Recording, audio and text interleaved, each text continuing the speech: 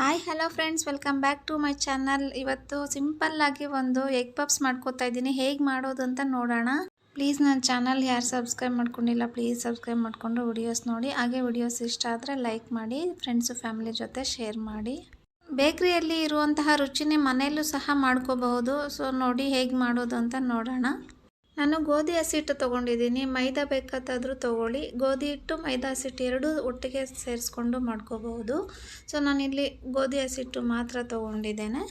ಗೋಧಿ ಹಸಿಟ್ಟು 1 ಕಪ್ ತೊಗೊಂಡಿದ್ದೀನಿ. ಹಾಗೆ ರುಚಿಗೆ ತಕ್ಕಷ್ಟು ಉಪ್ಪನ್ನು ಸೇರಿಸಿ, ನೀರನ್ನು ಸೇರಿಸಿ ನಿಧಾನಕ್ಕೆ ಸ್ವಲ್ಪನ ನೀರನ್ನು ಸೇರಿಸಿ ಕಲಿಸ್ಕೊಳ್ಳಿ.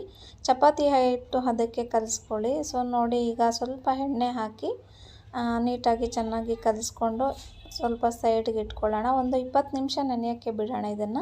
ಈಗ ಸ್ಟಫಿಂಗು ಪ್ರಿಪೇರ್ ಮಾಡ್ಕೊಳ್ಳೋಣ. ಬಾಣಲಿ ಬಿಸಿಗಿಟ್ಟು 3 ಸ್ಪೂನ್ ಆಯಿಲ್ ಸೇರಿಸಿದ್ದೀನಿ. ಹಾಗೆ 2 ಈರುಳ್ಳಿ ತೊಗೊಂಡಿದ್ದೀನಿ ನಾನು. ನಿಮ್ಮ ಮನೆಯಲ್ಲಿ ಎಷ್ಟು ಜನ ಇದ್ದಾರೋ ನೋಡಿಕೊಂಡು ಕ್ವಾಂಟಿಟಿ ತೊಗೊಳ್ಳಿ. ಸ್ವಲ್ಪ ಈರುಳ್ಳಿ ಎಣ್ಣೆಯಲ್ಲಿ ಫ್ರೈ ಆಗಲಿ. ರುಚಿಗೆ ತಕ್ಕಷ್ಟು ಉಪ್ಪು ಸೇರಿಸಿ. ಸೊ ಹಾಗೆ ಚಿಲ್ಲಿ ಪೌಡರ್ 1 ಸ್ಪೂನು, ಧನಿಯಾ powder 1/2 spoon, garam masala 1/2 spoon ತೊಗೊಂಡಿದ್ದೀನಿ. ಸ್ವಲ್ಪ ಎಣ್ಣೆಯಲ್ಲಿ ಚೆನ್ನಾಗಿ ಫ್ರೈ ಮಾಡ್ಕೊಳ್ಳಿ. ನಾನು ಮಾಡ್ತಾ ಇರುವಂತಹ ಕ್ವಾಂಟಿಟಿ 6 ಪಪ್ಸ್ಗೆ, ಸೊ ಅಂದರೆ 6 ಪಪ್ಸ್ ಮಾಡ್ತಾಯಿದ್ದೀನಿ. ಸೊ ಖಂಡಿತ ನೀವು ಟ್ರೈ ಮಾಡಿ ಫ್ರೆಂಡ್ಸು, ನಿಜವಾಗ್ಲೂ ತುಂಬ ರುಚಿಯಾಗಿದೆ, ಡಿಫ್ರೆಂಟಾಗಿರುತ್ತೆ. ಸೊ ಒಂದು ಎಗ್ ಸೇರಿಸಿದ್ದೀನಿ. ಎಗ್ಗನ್ನು ಸೇರಿಸಿ ಅದನ್ನು ಸ್ವಲ್ಪ ಚೆನ್ನಾಗಿ ಎಣ್ಣೆಯಲ್ಲಿ ಫ್ರೈ ಮಾಡ್ಕೊಳ್ಳಿ. ಖಂಡಿತ ನಿಮಗೂ ಇಷ್ಟ ಆಗುತ್ತೆ ಅಂತ ಅಂದ್ಕೊಂಡಿದ್ದೀನಿ. ನನಗಂತೂ ತುಂಬ ಇಷ್ಟ ಆಯಿತು. ಮನೆಯಲ್ಲಿ ಎಲ್ಲರೂ ಇಷ್ಟಪಟ್ಟು ತಿಂದರು. ಸೊ ನೋಡಿ, ರೆಡಿ ಆಗಿದೆ ಸ್ಟಫಿಂಗ್. ಈಗ 3 ಎಗ್ಗು ಬಾಯ್ಲ್ ಮಾಡಿ ಕಟ್ ಮಾಡಿ ಇಟ್ಕೊಂಡಿದ್ದೆ. ಇದು ಸ್ಟಫಿಂಗ್ ಲೇಯರ್ಸ್ಗೆ ಹಚ್ಚುವಂತಹದ್ದು. ಸೊ 1 ಸ್ಪೂನು ತುಪ್ಪ, 1 ಸ್ಪೂನು ಎಣ್ಣೆ, ಅಕ್ಕಿ ಹಿಟ್ಟು 1 ಸ್ಪೂನ್ ಸೇರಿಸಿ ಚೆನ್ನಾಗಿ ಈ ಥರ ಮಿಕ್ಸ್ ಮಾಡಿ ಇಟ್ಕೊಳ್ಳೋಣ. ಸೊ ಈಗ ಚಪಾತಿ ಹಿಟ್ಟು 1/2 ಅವರ್ ನೆನೆಸ್ಕೊಂಡಿದ್ವಲ್ಲ, ಸೊ ಅದನ್ನು ಈಗ ರೆಡಿ ಮಾಡ್ಕೊಳ್ಳೋಣ. ನೀವು ಮೈದಾ ಹಿಟ್ಟಲ್ಲೂ ಬೇಕಂದ್ರೂ ಮಾಡ್ಕೊಳ್ಳಿ. ಸೊ ನಾನು ಗೋಧಿ ಹಸಿಟ್ಟಲ್ಲಿ ಚೆನ್ನಾಗಿರುತ್ತೆ ಅಂತ ಗೋಧಿ ಹಸಿಟ್ಟಲ್ಲಿ ಮಾಡ್ಕೋತಾ ಇದ್ದೀನಿ. ಸೊ ನೋಡಿ, ಈಗ ಚಪಾತಿ ಯಾವ ಥರ ಲಟ್ಟಿಸ್ತೀವೋ ಸೊ ಅದೇ ಥರ ತೆಳ್ಳಗೆ ಲಟ್ಟಿಸ್ಕೊಳ್ಳಿ. ತುಂಬ ಟೈಮೇನು ತೊಗೊಳಲ್ಲ. ಸೊ ಮಕ್ಕಳಿಗೆ ಸಂಜೆ ಸ್ನ್ಯಾಕ್ಸ್ಗೆ ಈ ಥರ ಮಾಡಿಕೊಂಡ್ರೆ ತುಂಬ ಇಷ್ಟಪಟ್ಟು ತಿಂತಾರೆ. ಜಾಸ್ತಿ ಟೈಮ್ ನಿಜವಾಗ್ಲೂ ತೊಗೊಳಲ್ಲ, ಒಂದು 1/2 ಅವರ್ ತೊಗೊಳುತ್ತೆ ಅಷ್ಟೇ. ಎಲ್ಲ ರೆಡಿ ಮಾಡಿ ಇಟ್ಕೊಂಡ್ರೆ 20 ನಿಮಿಷ. ನೋಡಿ, ನಾನು ಚಪಾತಿ ರೆಡಿ ಮಾಡಿ ಇಟ್ಕೊಂಡಿದ್ದೆ. 5 ಚಪಾತಿ ಲಟ್ಸ್ಕೊಂಡಿದ್ದೆ ನಾನು. ಇದು ಆಗಲೇ ರೆಡಿ ಮಾಡಿ ಇಟ್ಕೊಂಡಿದ್ವಲ್ಲ ಕ್ರೀಮು, ಅದನ್ನು ಒಂದ್ರ ಮೇಲೆ ನೋಡಿ ಈ ಥರ ಸ್ವಲ್ಪ 1 ಸ್ಪೂನಲ್ಲಿ ಹಾಕಿ, ಸೊ ಹಾಗೆ ಸ್ವಲ್ಪ ಹಸಿಟ್ಟು ಉದುರಿಸಿ ಲೇಯರ್ ಮೇಲೆ ಲೇಯರು ಒಂದಾದಮೇಲೆ ಒಂದು ಹಾಕ್ಕೊಳ್ಳಿ. ಸೊ ಹಾಗಂದರೆ ಲೇಯರ್ ಬರುತ್ತೆ ನಾವು ಪಪ್ಸ್ ತಿನ್ನಬೇಕಾದ್ರೆ. ಇಷ್ಟಪಟ್ಟು ಮಾಡಿದರೆ ಯಾವುದೇ ಕೆಲಸನೂ ಅಷ್ಟೇ ಕಷ್ಟ ಅನಿಸಲ್ಲ ಅಲ್ವಾ? ಸೊ ನನಗಂತೂ ಕಷ್ಟ ಅನಿಸಿಲ್ಲ. ತುಂಬ ಇಷ್ಟಪಟ್ಟು ತುಂಬ ಈಸಿಯಾಗಿ ಮಾಡಿಕೊಂಡೆ. ಸೊ ನೋಡಿ, ಎಲ್ಲನೂ ಇದೇ ಥರ ಲೇಯರ್ ಆಗಿ ಸೇರಿಸ್ಕೊಳ್ಳೋಣ. ಸೊ ಲೇಯರ್ ಆಗಿ 4 ಲೇಯರ್ ಮಾಡ್ಕೊಂಡಿದ್ದೆ. ಸೊ ನೋಡಿ, ಲೇಯರ್ಸ್ ಆಗಿದೆ. ಈಗ ಲೈಟಾಗಿ ತೆಳ್ಳಗೆ ಮಾಡಬೇಡ, ಇದು ಸ್ವಲ್ಪ ಹಾರ್ಡಾಗೇ ಇರಲಿ. ಸೊ ನೋಡಿ, ಲೇಯರ್ಸ್ ಎಲ್ಲ ಆಗಿದೆ. ಈಗ ನಮಗೆ ಯಾವ ಶೇಪ್ ಬೇಕೋ ಆ ಶೇಪಲ್ಲಿ ಕಟ್ ಮಾಡ್ಕೊಳ್ಳೋಣ. ಶೆಲ್ಪ್ ಇರುತ್ತಲ್ವ, ಸೊ ಅಲ್ಲಿ ಸಹ ಮಾಡ್ಕೋಬೋದು ಕಿಚನಲ್ಲಿ. ಇನ್ನೂ ಸ್ವಲ್ಪ ಅಗಲವಾಗಿ ಚೆನ್ನಾಗಿ ಬರುತ್ತೆ. ಸೊ ನಮ್ಮ ಮನೆಯಲ್ಲಿ ಸ್ವಲ್ಪ ಈ ಥರದ್ದು ಒಂದು ಸ್ಟ್ಯಾಂಡ್ ಇತ್ತು, ಅದ್ರ ಮೇಲೇ ಮಾಡ್ಕೋತಾ ಇದ್ದೀನಿ.